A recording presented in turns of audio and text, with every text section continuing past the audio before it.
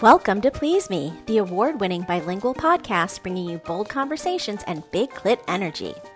Sí, Please Me se puede ver con subtítulos en español. I'm Eve, your host, on a journey from trauma to sexual liberation. Join me and my guests as we dive into conversations around orgasm equality, self-love, body positivity, and essential sexual education. Let's reclaim pleasure and close the orgasm gap, one empowering conversation at a time. Last week, I spoke with reality star from MILF Manor, Lynette West. She shared the tea on her experience on MILF Manor Season 2, her struggles with addiction, and her views on sexuality and sexual expression. This episode is an expose on Lynette's life and a must-listen.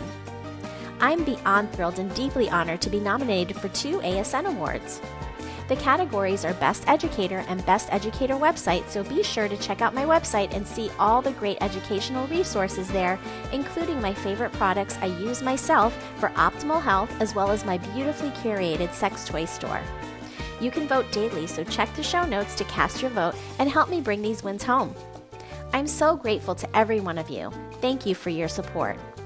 Did you know that podcasts rely on listener support to keep bringing you the content you love? For the best way to support the show, join me on Patreon for ad-free listening, early releases, bonus episodes, and exclusive content. Please Me is for mature audiences. Sit back, relax, and surrender to the pleasure of Please Me. There's so many other really bad words I'm thinking right now, but that is essentially, it would be alleged abuse. We, as a lifestyle, don't do that. We are all about consent. And if people who are thinking you could be on the receiving end of someone hating you, yeah, but you asked for that. You know that these are things that you have negotiated. You are able to walk away at any time. You can choose what is happening to your body. ASN Lifestyle Magazine is your go-to source for sex-positive, sophisticated content covering everything from the swinger lifestyle and adult entertainment to intimacy, wellness, and more. You can read every digital issue for free, and subscribers get access to exclusive content. See the show notes for the link to subscribe and check out their Instagram. I'm excited to share that I now have a monthly column in ASN called Big Clit Energy, a Please Me series. Don't miss it and subscribe today. Hello and welcome to Please Me, the podcast that aims to destigmatize conversations about sex and sexual health by turning the sheets into our classroom. Today, I'm so excited to welcome back Lexi Sylver to the show. This is her 3rd time being on the show, and she is our resident expert on all things lifestyle related. Today, I want to discuss the difference between freak-offs and lifestyle parties, and I think that Lexi is the absolute perfect person to have on here because she is the SDC Media Director. She is also an author and writer, and she is an internationally accredited coach that specializes in the ethically non-monogamous lifestyle, the swingers lifestyle, and she talks about sex, relationships, etc. She helps newbies enter the lifestyle successfully, and she is also the creator of Swinger 101, which is an educational platform about all things swinging. And so with all of that being said, I would like to welcome you to the show, Lexi, and you can correct anything that I missed. So it was Swinging 101, not Swinger 101, but that's okay. Oh, okay. Swinging 101, which, like I said, she helps newbies enter the lifestyle successfully, which I think is such a great help to have a coach holding your hand through that transition, because it can be a very challenging transition moving from, say, a monogamous mindset to an ethically non-monogamous mindset, wouldn't you say? Oh my God, 100%. 100%. My inbox is never empty, let's say. So thank you so much for having me back, Eve. Of course. I'm excited to have this conversation with you today. I've been following the Diddy trial here and there. I can't say that I'm like completely engulfed in it, but what has disturbed me from the very beginning is the idea or the concept that Diddy, Sean Puffy Combs, was an actual swinger and his parties were actually lifestyle parties. And I just absolutely can't stand them trying to call his parties lifestyle parties because everything that I'm reading about, everything that I'm hearing about is completely the antithesis of a lifestyle party. And so I want to break it down with you today. Do you have anything to say about I, that so far? I'm with you. I'm following, but not really following all the details of what's going on in the trial. But from what has been alleged so far, there's a lot of really massively illegal, problematic, unethical, horrible things that are being alleged that are, it's very hard to take in. I can't even imagine how the people who were involved, who were on the receiving end of that abuse have been coping with that. That is just horrifying to hear, and is so not like what an ethical lifestyle sex party would be like. It is so different. So hearing that too, you can't, it's like it's abuse being disguised as lifestyle, but it isn't. What I like in the lifestyle, we are not about abuse. Everything is consent, communication, consent. It's just so wildly different. So I am so happy that you're doing a show like this. It's super important.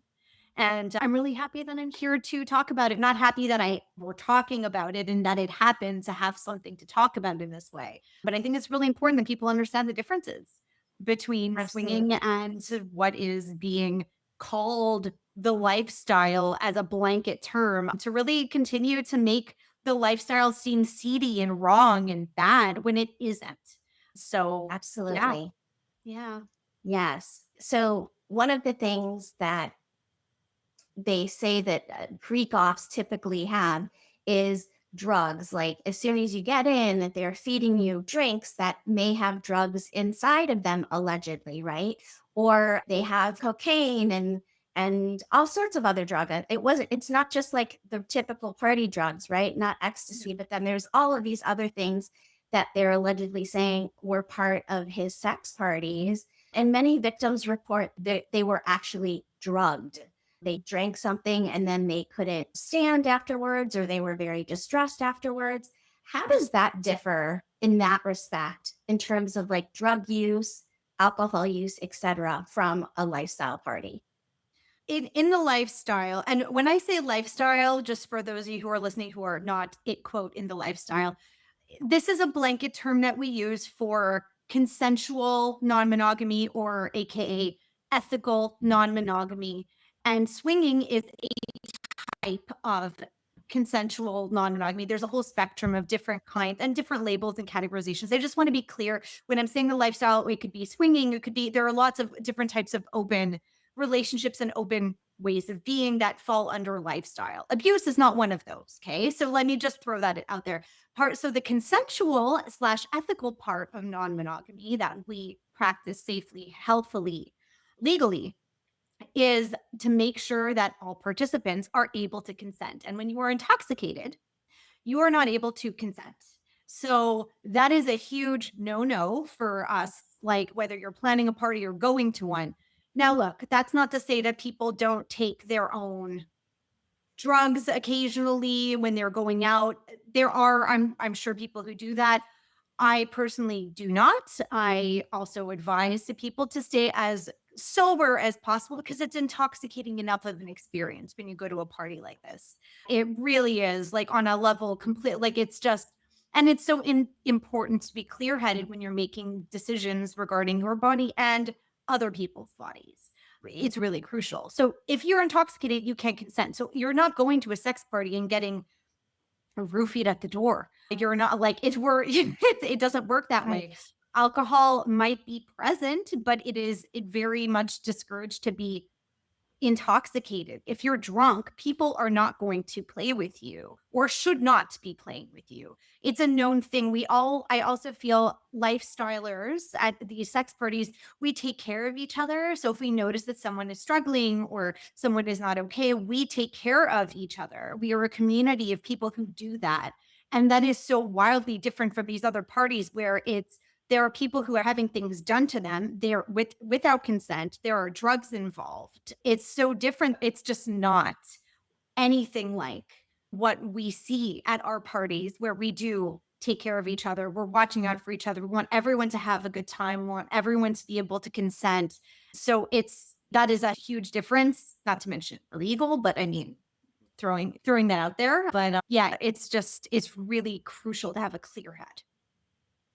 Absolutely. Absolutely. I am so glad that you brought that up because I know that in previous episodes, when we've talked about alcohol use and consent, it's really discouraged to get overly tipsy or drunk at a lifestyle party or take too much of a good thing to taking drugs so that you're not able to consent. You have to Yeah. have a clear mind in order to have consensual sex. And so I love that you say that people take care of each other, and also, there's usually security that is not helping someone to coerce someone else to do something. They are helping the people that are at the party to make sure that they are having a good time, Yes. etc. Do you want to just speak on that as well? Yeah, for sure. And there are different kinds of parties, right? Let's talk more like private parties versus a party in a sex club, which is a public Okay. location. So let's call it a house party where there's like a private event, maybe, I don't know, 40 people, 50 people. We've all heard of or been to parties like this. Sometimes there are people, sometimes, usually there is at least one or two or three.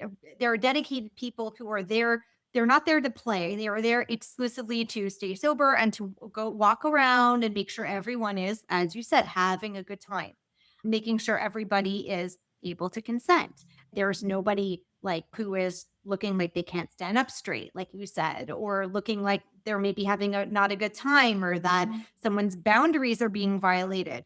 And because the people at the party know that these people are going around making sure everyone feels more comfortable, everyone is more able to just enjoy themselves. I think it's really having, especially as a woman, having that security, that knowledge that there are people there to who are acting in my best interest, making sure I am safe. Not me personally, they're not my personal bodyguards, but myself and other people who are there, it is really important. So they're watching out for any kind of boundary violation. Also, at these parties, usually at someone's house, they're not huge events. So you typically know the guests who are involved. Typically, there's a vetting process in terms of even who is on the guest list. You know who is going to be there, what they look like, you know who they're bringing. Most of these parties are very like tight knit, where sometimes there's an application process. Sometimes you have to send in your STI and NCD results so that people know what your sexual health status is before you go to these events. It's very, how should I say this? We're like organizers of lifestyle events are very careful to make sure not only is everyone having a good time, but that they're doing it safely. And so there's so much attention being paid to people's safety and their ability to consent. There, people sometimes they have like different colored bracelets talking about things that they want to do, but they're just there to watch. They want to play. They're bi, whatever different kinks or different ways that organizers want to label it. And even at that, consent is still important and mandatory every step of the way, even if you have a bracelet or identifier saying that you're into something or not.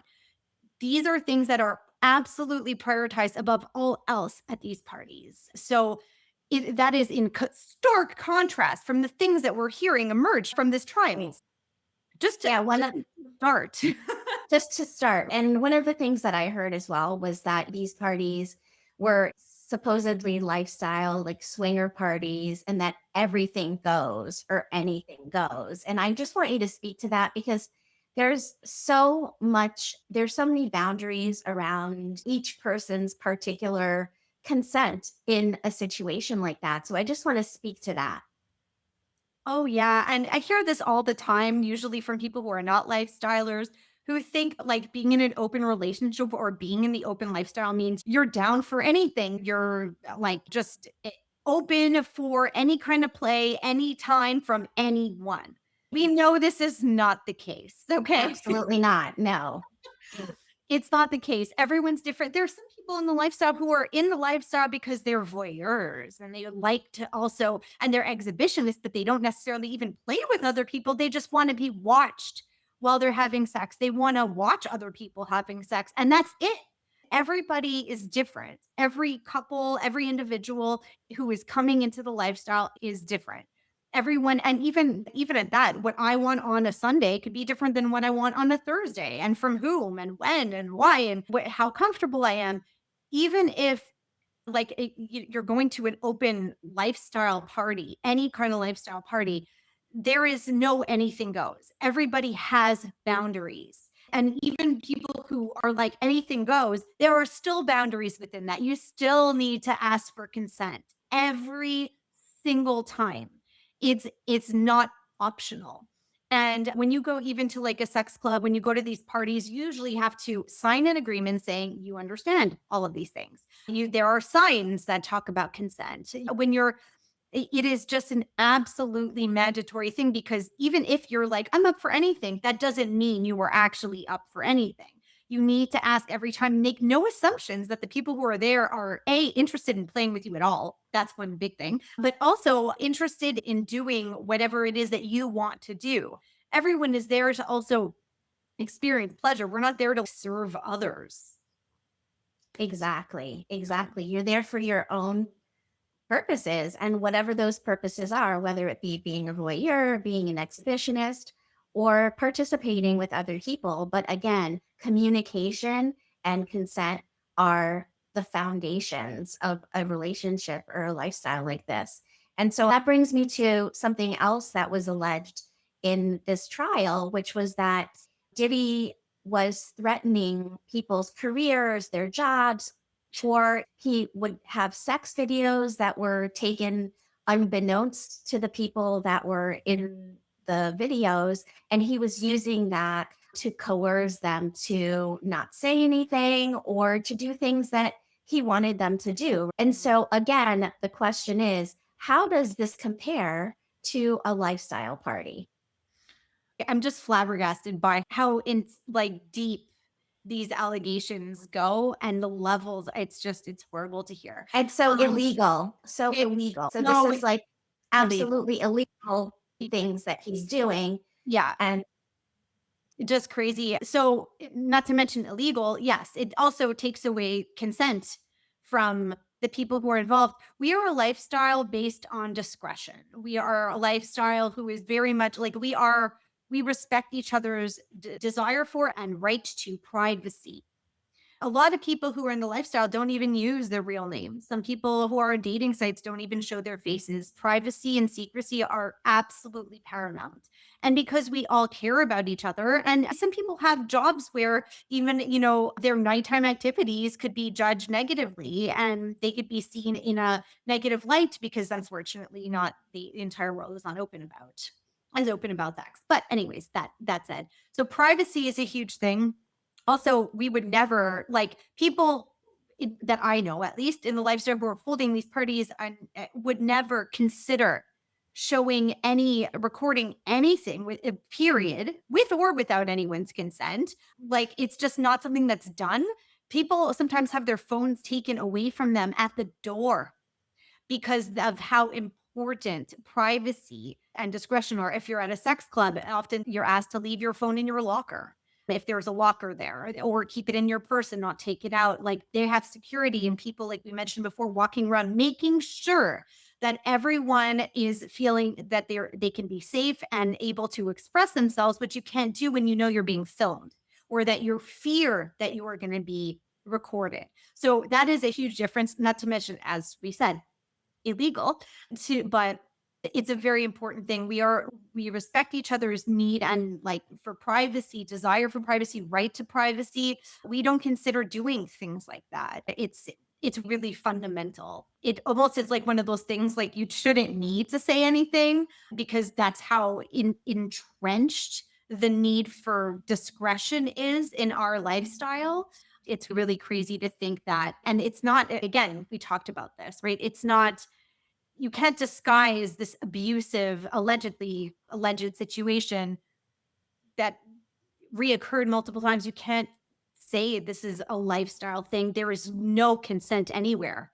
There is just like abuse at every single level of this. And but for people who have never heard of the lifestyle or really understood anything about it, who see swinging and open relationships is seedy and oh, everyone's just like dirty or whatever. Like it's really horrible to hear this. And then we as a lifestyle get judged as a result of what people who don't know better are hearing coming out of this. So I just really hope our lifestyle is not villainized or vilified rather as a result of this. But anyway, I'm carrying on here. No, and this is exactly what I'm going for with this episode. I think it's just so important to draw the distinction because everything that I hear about P. Diddy and this trial and what allegedly happened during these parties is completely the antithesis of what an ethically non-monogamous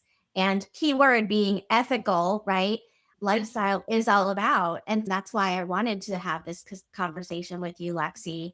And another thing that was alleged in this trial is that he used his power and his fame often to allegedly victimize his singers or his employees because he was threatening to either fire them from their jobs or to not help them in their career advancement if they were singers. And so he was really taking advantage of these people. And it wasn't always just women, it was also men that worked for him, etc. And so again, the power dynamic is something that he used to his benefit to be able to coerce or abuse these people. And I want to just talk about the power dynamic in the lifestyle and in the ethically non-monogamous world. And we can talk about anything from submissive and dominance to just general, however you want to answer the question. Sure. So when I'm talking about the open lifestyle, we have a lot of intersections with the kink community. So I like when we're talking about power dynamics, I'll throw that in there. Why not? Why not? Typically in the kink community, a lot of people with maybe even just a basic understanding of what kink is or what BDSM is, that usually there is a dominant and someone else is submissive. Typically, this is the case. There is that power dynamic. Meanwhile, the person who is in the submissive position, so the person who is usually the one who has something being done to them, whether it's flogging or spanking or whatever the case is, being, let's say, used consensually, willingly, as basically like a sex object, as a toy almost, okay, in a willing way, in a good way, okay, consensually with boundaries that are pre-agreed upon before the scene, between the submissive and the dominant, where there is still the option of the submissive being able to say no, stop, and to ask for whatever they want, softer, harder, whatever. There is so much communication that goes on in a kink scene. And also similarly to, like I said, like in other sex parties and stuff too, there is so much negotiation that goes on in terms of boundaries, in terms of talking during the experience itself. Because even if you pre-agree upon something, in the moment, you might say no, you might just, and you can stop at any time. That even with that power dynamic, the scene can stop at any time. Just because you're in a submissive position and you have willingly, consensually given your power to someone else who you trust to do the things to you that you pre-agreed upon that you want, you can still stop at any time. Same at a sex party. In the lifestyle, you can stop at any time. And I highly recommend for people, I talk about this a lot in my Swinging 101 series and like in my coaching. If you're a couple or whoever and you feel uncomfortable at any point in time, even if there are other people involved and you're having sex, you don't want to be like the party pooper, whatever, just stop. You are allowed to do that. However, at these alleged freak-offs, the people who were having things being done to them or the things they were being forced into doing, they were not able to say no. They were not able to stop. They had no control over what was happening to them. And people who say, oh, they could have left, they could have, again, victim blaming stuff.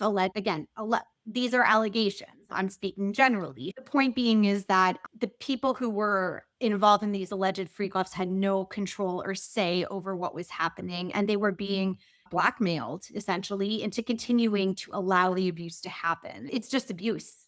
There's really no other way to describe it. There's so many other really bad words I'm thinking right now, but that is essentially it would be alleged abuse.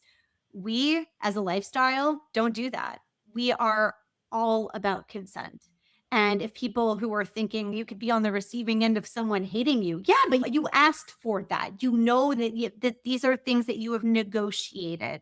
You are able to walk away at any time. You Right. can choose what is happening to your body. Mhm. And that is a massive difference from I what we are agree. hearing alleged at the trial. Yes. And I'm glad that you made that very clear distinction. And even in BDSM relationships, like you said, everything is predetermined ahead of time, what's going to be done, what's not going to be done. There's safe words to make sure that you can stop it at any moment. And the submissive actually has a lot more control because they're the ones who say, continue or stop, right? And so the power dynamic, even though supposedly the dominant is doing things to the submissive, also has a lot of control in the situation as well, because at any moment they can stop or they can change the direction. And so I love that you brought that up. And in general as well, consent is just absolutely necessary in any kind of ethically non-monogamous party or experience. And so that brings me to something else that was alleged, that Diddy would also crawl back into an area where someone was maybe being taken advantage of or having sex with someone without them knowing that he was watching, right? And he would like allegedly masturbate to watching, say, a sex worker with a woman that he drugged possibly. And again, all alleged, right? But these are the things that are coming up in the trial, right? And so the victim was unaware that he was watching them. And again, another issue, right? And so I just want you to speak on this as well, too.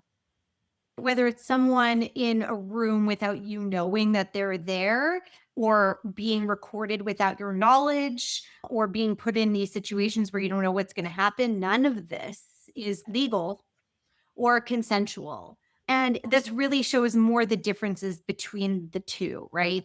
What we're hearing, these types of parties that are being alleged that we're hearing at Diddy's trial, we're also hearing, and in a lifestyle perspective, even if you're going to just watch someone have sex, you usually ask them, is it okay if I watch?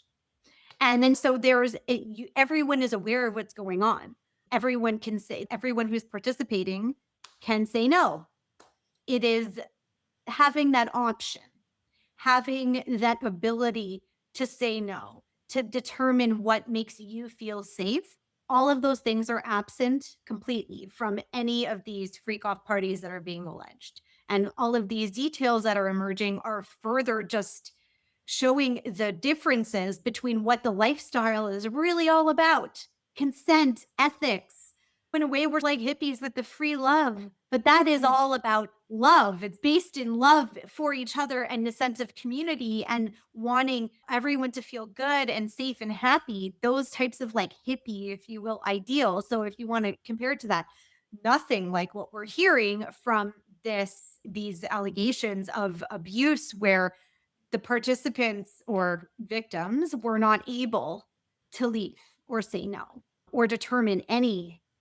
They didn't feel they were able to stop the abuse because they would have their lives would be ruined. When people in general, okay, when people, abusers, prey on people who are vulnerable and in positions where they can't say no, and then use that to their advantage, that is an absolute characteristic of an abuser. So should these allegations be true, that is definitely the category that falls under it. And Absolutely. again, illegal, throwing that out there, if true.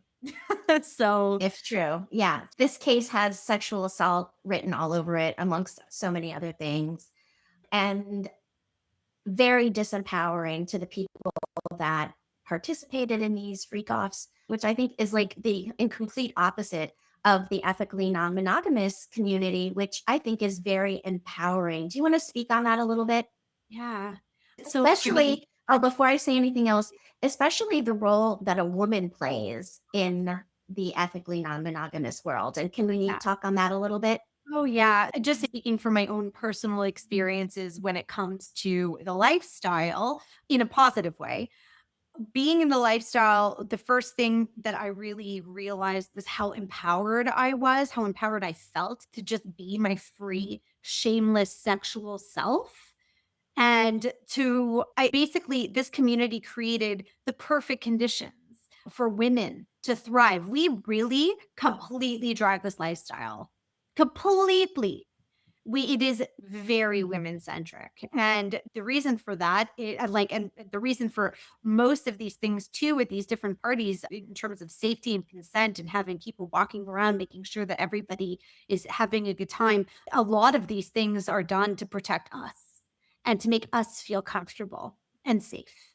And I think it's really important to continue doing that. Being a very sexual person myself, this is no secret. It's part of who I am. This has been for like a lifelong journey of exploration, as I like to say. Being in the lifestyle has enabled me to do that in a safe way on my terms. So that is a massive difference from the things that we're hearing being alleged. And it's the people who really have power in this lifestyle, I'm not just saying it's women.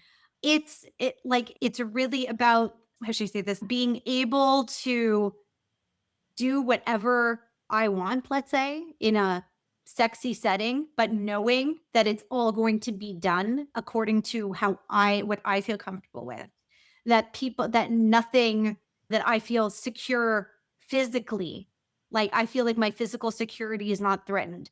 Being naked in a sex club is a very vulnerable position to be in. You're giving a lot of trust that people are not going to just come and touch you without your consent. So there's a lot that goes into it. But the lifestyle empowers women to the point that we can feel comfortable doing these things. We feel safe. We're a community. We protect each other. From all the parties that I've gone to, I've never gone to a party so far, or a club, where I didn't see evidence of the community supporting each other and really helping each other and empowering each other to be our best, freest, most shameless selves. Being able to feel safe is the starting off point for being Right. able to explore. And it was an absolute must for me in terms of my exploration to be able to have that security. So I know there are lots of other women who feel that way. But yeah, we're celebrated in the lifestyle for being sexual. And in these freak-off parties, these freak-offs, allegedly what's happening is that we're hearing basically just not just that there's abuse, but also the shame that seems to be not attributed, sorry, I'm thinking in French. The victims, okay, are, at least some of them from what we're hearing, are being shamed too. So it's very different from what we experience in the lifestyle, what we do for each other, and how we support each other. I love that you brought that up about the shame, because yes, if you are allegedly saying that you are going to release a sex tape that a person is on and ruin their good name, and the shame that comes with that, I think is something to be brought up, because really sex should be a shame-free zone, right? And it's a beautiful thing. It can be a very spiritual thing that can elevate a couple and connect them in ways that nothing else really can. And so I love that you brought that up, because really sexuality should really be shame free. And the way that this is allegedly being put out there is that he was shaming people for participating in these parties and threatening them to release these tapes, etc. And so that leaves us, or brings us, I should say, to the role play of the show. And so I'm excited to do this role play with you. We decided that we were going to be two people that met at a sex party and we want to have some fun together, right? And so we are going to be talking about negotiating consent, etc. So with that being said, that is who we are, and that's it. Let's do it. Action. Restarting from that, nice to meet you. I like your dress. Oh, thank you so much. Yes, I've had this for quite a while, but it's a really comfy one and pretty sexy too. I really Look, like your style. thank you. Thank you. I like what you're wearing as well. Tell me, how have you been here before? I've been here a couple of times, but it's always nice to see some new faces, and especially when they look like yours. Ah, that's very sweet. Thank you. I definitely am finding myself drawn to you as well. And I'm wondering if maybe later you wouldn't mind meeting me in the back room. Are you have any interest in that? Ooh, the back room. I'd be very interested in that. I would definitely be comfortable playing. Just, do you know what your sexual health status is? Actually, yes, I do. And I was tested within the last 3 months, and I have that information on my phone. If you'd like for me to share it with you, I can certainly do that. I'd love that. I have mine on my phone too, and I got tested 2 weeks ago, and I've had only one partner since. Okay, so great information. Thank you for sharing that. And I too will say that I'm very particular about fluid swapping. So I prefer not to do any fluid swapping, but I have lots and lots of lubes and lots of sexy things that we can use so that we don't need to do that. Ooh, I like that. I also brought my own toys. So maybe there's something in there that we can play with. Are there any specific barrier methods or any type of protection that you want to use? Dental dams, gloves. Yes, yes, and yes. And I actually have something that I created myself that's even better than a dental dam. And I will certainly be able to share that with you. But it is a barrier for oral, if that would be something that you would be open to. I would be very open to that. I think that's definitely the limit of where I'd be comfortable going tonight. Yeah. Yeah. You want to go in the back and see what's going on? Maybe find a nice space for ourselves? That sounds like a great idea. And end scene. Hot? You're very nice. Yeah, in like 5 sentences, we're hooking up. It doesn't usually happen that quickly, but hey, No, it doesn't. It doesn't usually happen. for the purposes of the show, we fast forwarded several Of hours. course. But just like notable there, I just love how, and like usually there's like much more padding with the conversation, talking about your status and also knowing your own status, also asking how many partners you've had since your last test. Or wait, these are all things that, like, for people who are hearing this for the first time, oh my God, you would talk about this? Yes, because we want to assess what our potential risks are when it comes to sex. Everything is a risk, right? So are you comfortable with that or not? And that's a huge key. It is important for us to talk about our sexual health status because we also want to make sure it, like, we can consent. If someone is not disclosing their status and they are capable of passing something along, that is also illegal, I believe. I don't know how Yes, it works in the States, but it is. also that's not consensual. I didn't consent to playing with you if you are able to transmit something to me actively, right? Or if you're on antibiotics still for an infection that you had, whatever the case may be, that is part of the consent as well. Is I am consenting to playing with you under these terms. These are all unwritten contracts. They're verbal agreements, right? And it's important to do. Talking and negotiating, like what we just did about what kind of ways we're going to protect ourselves. These are really, and like what we're comfortable with. These are all negotiations that are absolutely happening all the time at these lifestyle events.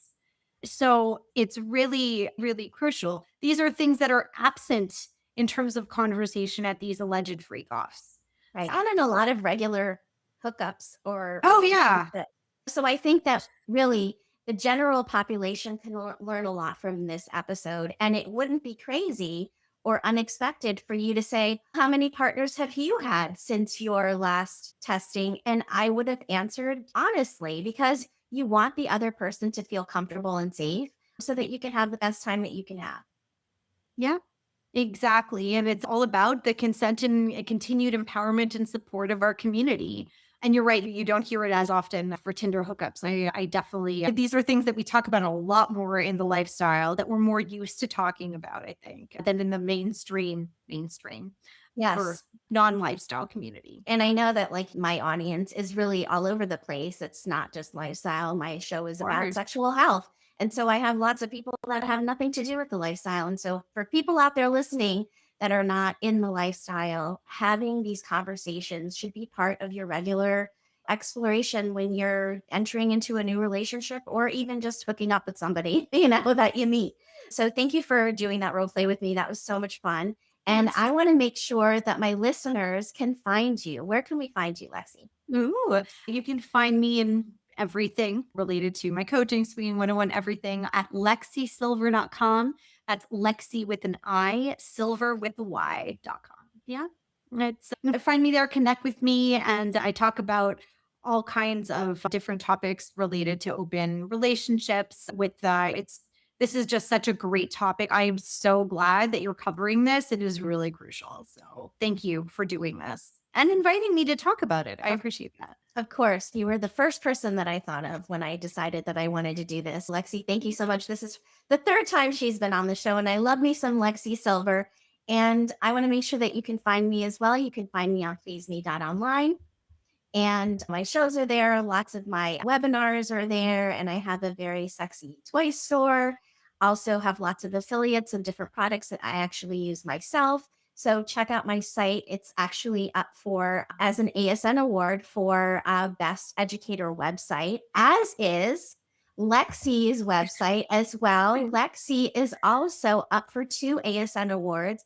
One is for Best Educator, and one is also for Best Educator website. And anything else, Lexi? Because I know that those are the 2 categories that I'm in as well, but I don't know if you're in other ones. Yeah, I think I'm also nominated for Best Erotic Writer. So Best Erotic Writer. So make sure that after you listen to the show that you check out the show notes and you go to ASN Awards and you vote for both of us. And yes, definitely. We need to be like 1 and 2 up there. Vote for both of us for those categories. And so with that being said, Lexi, I just want to thank you so much for coming on the show and talking about this really important topic today. Thank you so much for having me back. Always a pleasure to be on your show. It was a pleasure, wasn't it? Yeah. Until next time. Are you looking for a sexy date? Look no further than SDC.com. SDC.com is the premier ethically non-monogamous website that is worldwide. It also hosts a wealth of information on sexuality and sexual health, and I host a free live webinar monthly on the site. You can use code 37340 for a free trial membership on me, and be sure to reach out on the site and say hello.